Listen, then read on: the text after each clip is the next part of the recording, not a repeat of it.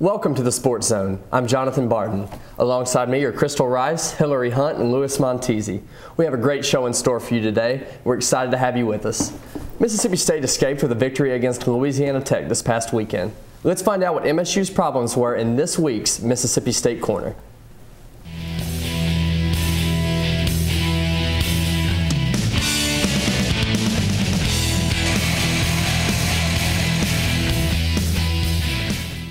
Crystal and I spent time with some of MSU's most die-hard fans in the Junction before Saturday's game against Louisiana Tech. Listen to what they had to say about their favorite pregame traditions. This has become a typical sight on Fridays before a game. Fans arrive early in the morning just so they can save a spot when tents go up at 5 in the afternoon. I got here about 7 o'clock. I've got to save our tailgate spot so we can have fun before the game. But this year, with Pi Kappa Phi, and we are setting up the tailgate today. We're waiting for 5 o'clock so we can get in our spot, so be ready and going in the morning. Though they relish in the anticipation of tailgating, these fans look forward to the most fun of tomorrow's pregame festivities, the dog walk. The dog walk is the time when the team walks from the bus, because overnight they stay in a hotel. They don't stay on campus or in their apartments. They stay together in a hotel. They all drive up on a bus, and they get off the bus and they walk into the stadium. The band's playing, the crowd's cheering. It's just a time for us to welcome the team to the stadium. Like, we're welcome home, we're ready to win a game. The dog walk's a great thing we have at Mississippi State, really bringing our student body together. It's something unique that not every school has. I think it's important for our student body, everyone to realize that it's a great opportunity we have here to join, to be there with our team as they get off the bus and to provide a great atmosphere leading into the display.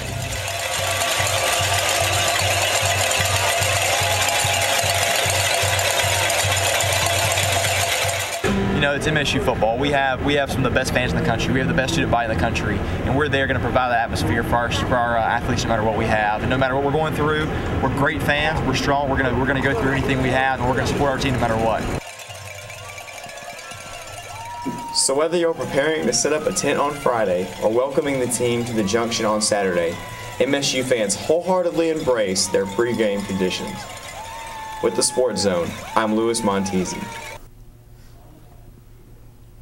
On Saturday, Mississippi State pulled out an overtime win against Louisiana Tech. An interception by Nico Whitley set up Chris Relf's game-winning pass to Ladarius Perkins for a 26-20 victory. How lucky were the Bulldogs to get this win, and how lucky were they for me not to burn those cursed black jerseys? Well, Hillary, I think they were very lucky this weekend. MSU did everything to lose this game. Louisiana Tech had 3 turnovers and still almost won. Chris Relf and that offense struggled for a second straight game. Relf, 48% passing.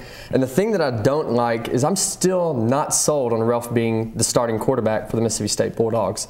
A lot of people were high on Relf going into the season, a lot of preseason hype around him, 3rd team All-SEC preseason.